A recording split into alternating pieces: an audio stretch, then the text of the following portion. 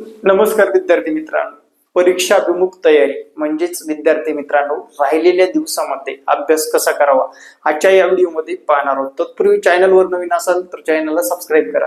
तर मित्रांनो, आपल्याला मिळवायचे 90+ मार्क. काही करून 90+ आपल्याला कसे जाता येईल याकडे आपली दृष्टी असणं आवश्यक आहे. काही विद्यार्थी कास्ट मध्ये आहेत, त्या विद्यार्थ्यांना 83 क्रॉस करायचे. 83 आणि 90 मध्ये फरक तुम्हाला माहितच आहे. शिक्षक भरतीमध्ये याचा खूप मोठा परिणाम होतो. राहिले दिवस कमी आणि त्यात आहे दिवाळीच्या सुट्ट्यामध्ये अभ्यासाचं नियोजन कसं असावं. तर सर्वात प्रथम परीक्षाभिमुख हा शब्द लिहिला आहे मी. परीक्षाभिमुख अभ्यास म्हणजे काय? तर सर्वात प्रथम सर्व विद्यार्थ्याकडे परीक्षेचे पेपर असणार आहेत. क्वेश्चन पेपर नसतील तर संभाव्य क्वेश्चन पेपर आपल्याकडे उपलब्ध आहेत. ज्यांना हवे आहेत त्यांनी मला या संपर्क क्रमांकावर टेस्ट पेपर असं व्हॉट्सअप करायचंय, कारण त्याची गरज तुम्हाला भासणार आहे इथून पुढे. ते कसं? तर त्या असं जे की परीक्षाभिमुख अभ्यास करण्यासाठी महाटीईटी परीक्षा 2025 आहे मित्रांनो. त्याचा उपयोग कसा करायचा? मागचे पेपर खूप कारणीभूत ठरत असतात आणि सराव तसल्याच प्रश्नाचा करायचा आपल्याला. सरळ आपल्याला किती मार्क घ्यायचे? 150 पैकी 90 मार्क घ्यायचे. म्हणजे जवळपास 60 मार्क आपल्याला सोडून द्यायचे. म्हणजेच 60 मार्काचा आपल्याला काही घेणं देणार नाही, पण आपल्याला हे 90चा आकडा क्रॉस करणं आवश्यक आहे. त्यासाठी तुम्हाला कशा पद्धतीने अभ्यास करायचे? मित्रांनो, इथे लिहिले परीक्षाभिमुख अभ्यास करायचे. म्हणजे तुम्हाला कोणता प्लस पॉइंट आहे तुमचा? गणित विषय प्लस पॉइंट आहे की विज्ञान विषय प्लस पॉइंट आहे?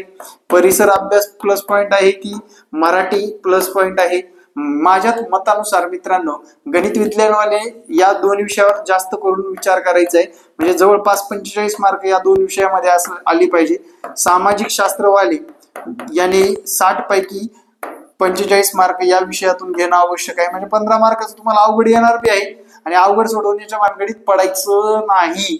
बाकीचे विषय याच्यातून काही करून, मराठी असेल, सीडीपी असेल, याच्यामध्ये जवळपास 25 मार्क मिळवायचे. याच्यामध्ये सुद्धा तुम्हाला 20-22 मार्क मिळवायचे. मित्रांनो, हे दोन विषय प्लस या दोन विषयाचा विचार केला तर मला सांगा, हे झाली 47 आणि हे झाली 45. जवळपास आपण परीक्षा क्रॅक करू शकतो.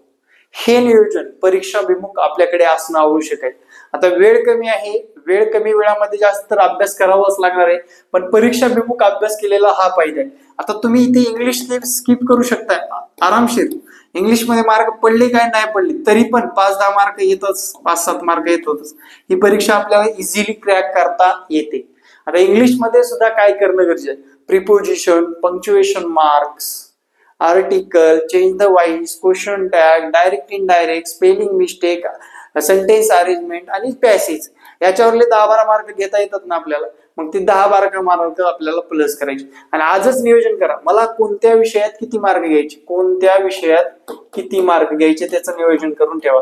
आपल्या वहीच्या कोपऱ्यात लिहून ठेवा की मला मराठीमध्ये 25 म्हणजे 25 प्लस घ्यायचे, सीडीपी मध्ये मला 20 प्लस घ्यायची म्हणजे घ्यायची, मॅथ मध्ये मला 15 ते 20 मार्क घ्यायचे म्हणजे घ्यायचे पेपर फर्स्ट, ईव्हीएस मध्ये 10 मार्क घ्यायचे म्हणजे घ्यायचेच. असं तुमचं नियोजन असणं आवश्यक आहे. बघा इथे 25, 45, 45 आणि 55, 55, 60, 70 झाले. आता 20 मार्क कुठून मिळवायचे आपल्याला हा प्रश्न असेल आपला. तर मराठीमधून 20 मार्क मिळवले तर आपण मराठी आहेच, इथे सीडीपी आहेच, ईव्हीएस आहेच, इंग्लिश मध्ये आहे. मग मॅथ मध्ये आपल्याला 20 मार्क मिळण्यासाठी आपली तयारी असणं आवश्यक आहे. बरोबर? आपल्याला काही करून टोटल काय करायचे? 90 मार्क करायचे आणि राहिले दिवस आपल्याकडे 45. म्हणूनच विद्यार्थी मित्रांनो, आपण काय केलोय?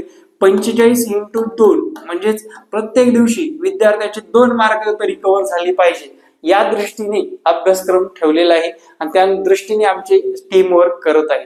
त्यामुळे जे की विद्यार्थी अजून सुद्धा अभ्यासाला सुरुवात केली नाही, पण आता इथून पुढे सुद्धा सिरियसली परीक्षाभिमुख अभ्यास करत राहिलं तर नक्कीच या परीक्षेमध्ये आपल्याला यश मिळत असतं. आता माझ्याकडे एक पेपर आहे मित्रांनो, हा 2021चा पेपर आहे. आता पहा, इथे सरळ सांगितले रे, खालील कोणत्या संख्येत 6, 12, 16 आणि भागल्यास बाकी 11 होते. लसावी मसावीचा प्रश्न आहे, हा त्रिकोणाचा प्रश्न आहे, हा पटीचा प्रश्न आहे, हा रांग्यात स्थानाचा प्रश्न आहे, हा वैवारीचा प्रश्न आहे, हे एक समीकरण विचारले, परिमेय संख्येवर प्रश्न विचारलाय, आकृतीवरला म्हणजे भौमितिक प्रश्न आहे, मग तसल्याच आकृत्याचा, तशाच भौमितिक प्रश्नाचा, तशाच गणिताचा, तसाच मराठी प्रश्नांचा आपल्याला अभ्यास करायची इथून पुढे, हे डोक्यात ठेवा.